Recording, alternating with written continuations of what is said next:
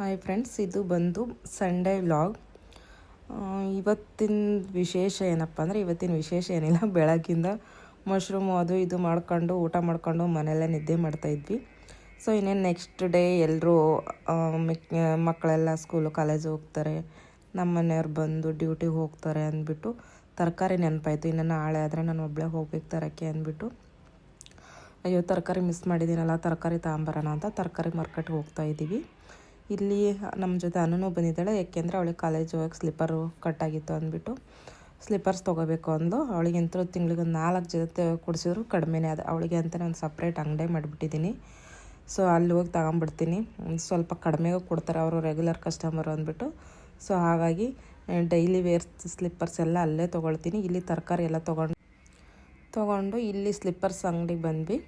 So ಇಲ್ಲಿ ನೋಡ್ತಿರ್ಬೋದು, ಅವನು ಹುಡುಕ್ತಾ ಇದ್ದಾಳೆ. ಅವ್ರ ಅಪ್ಪಾಜಿ ಅದು ತೊಗೋ ಇದು ತೊಗೋ ಅಂತಿದ್ದಾರೆ. ಇಲ್ಲಿ ಬಂದರೆ ನನಗೆ ತಲೆ ಕೆಟ್ಟೋಗ್ಬಿಡ್ತು. ಇವಳು ಒಂದನ್ನೇ ಬೇಗ ಸೆಲೆಕ್ಷನ್ ಮಾಡಲ್ಲ, ಇವಳು ತುಂಬ ಕಾಯಿಸ್ತಾಳೆ ನನಗೆ. ಅದೊಂದು ಇವಳ ಜೊತೆ ಹೋದಾಗೆಲ್ಲ ಅದೊಂದು ತಲೆ ಕೆಟ್ಟು ಹೋಗುತ್ತೆ ನನಗೆ. ಸೊ ಇವಾಗ ನೋಡೋಣ ಯಾವ್ದು ತೊಗೋತಾಳೆ ಯಾವುದಿಲ್ಲ ಅಂದ್ಬಿಟ್ಟು.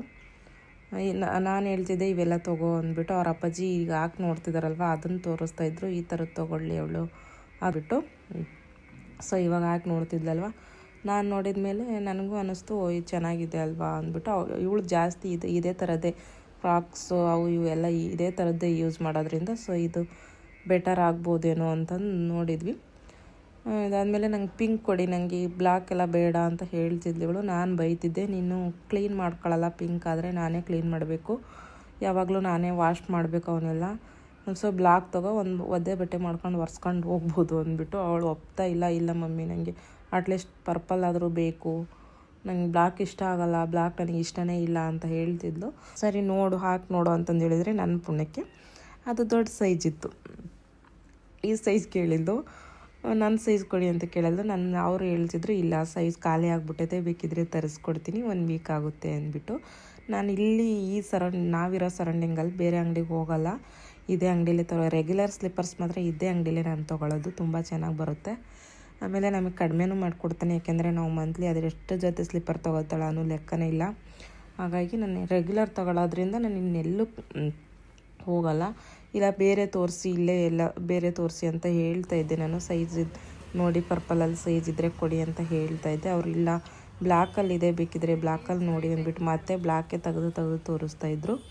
ಅವಳು ಮಮ್ಮಿ ಅಂತ ಅದು ಹಾಕಿ ನನಗೆ ತೋರಿಸ್ತಾಯಿದ್ದು, ಚೆನ್ನಾಗಿ ಕಾಣಿಸ್ತಿದೆಯಾ ನೋಡು, ಚೆನ್ನಾಗಿ ಕಾಣಿಸ್ತಿದೆಯಾ ನೋಡು ಅಂದ್ಬಿಟ್ಟು. ಬೇರೆ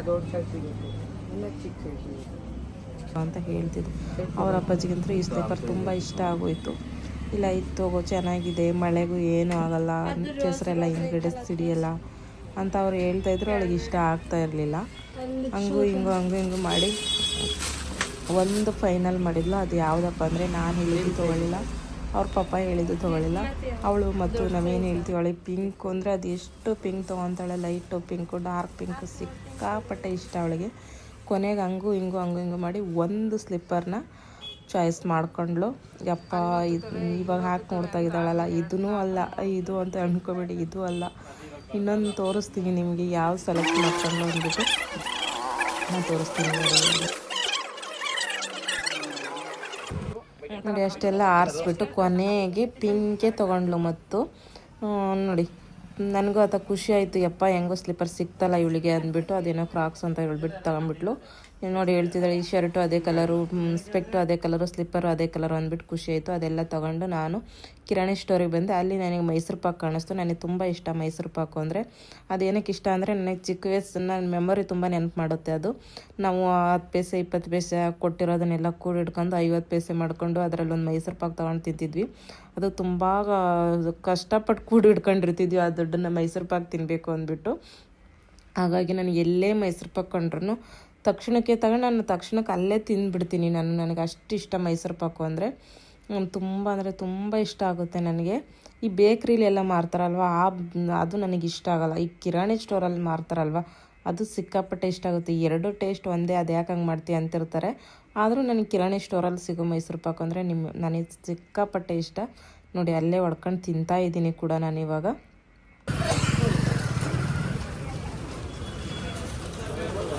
ನಾನು ಹಿಂಗೆ ಫೋನ್ ಹಿಡ್ಕೊಂಡ್ರೆ ಅವನಾಗ ದೇಪ್ಕೊಂಡು ಹೋಯ್ತಾನೆ ನಮ್ಮ ಫೋನ್.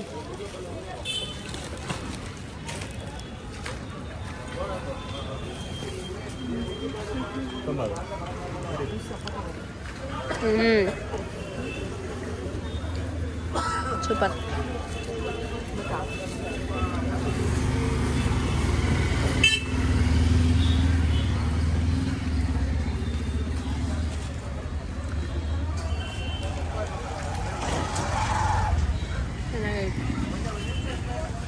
ಇದು ಅಷ್ಟು ತಲೆ ಚಿಕ್ಕಲ್ಲ ಬೇಕು ತಿಂದು ನೋಡಿ ಇದೆಲ್ಲ ತುಂಬ ಸ್ವೀಟ್ ಇರ್ತದೆ, ಅದ್ರಲ್ಲಿ ಗೋವಾ ಜಾಸ್ತಿ ಆಗ್ತದೆ ತುಪ್ಪ.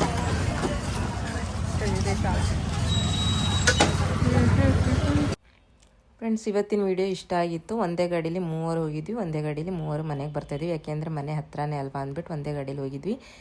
ಎಲ್ರಿಗೂ ವಿಡಿಯೋ ಇಷ್ಟ ಆಗಿದೆ ಅಂದ್ಕೊಂಡಿದ್ದೀನಿ. ಇಷ್ಟ ಆಗಿದರೆ ಪ್ಲೀಸ್ ಲೈಕ್ ಮಾಡಿ, ಸಬ್ಸ್ಕ್ರೈಬ್ ಮಾಡಿ. ಹಾಗೆ ನಿಮಗೆ ಏನು ಅನಿಸುತ್ತೋ ಅದನ್ನು ಕಮೆಂಟ್ ಮಾಡಿ. Thank you.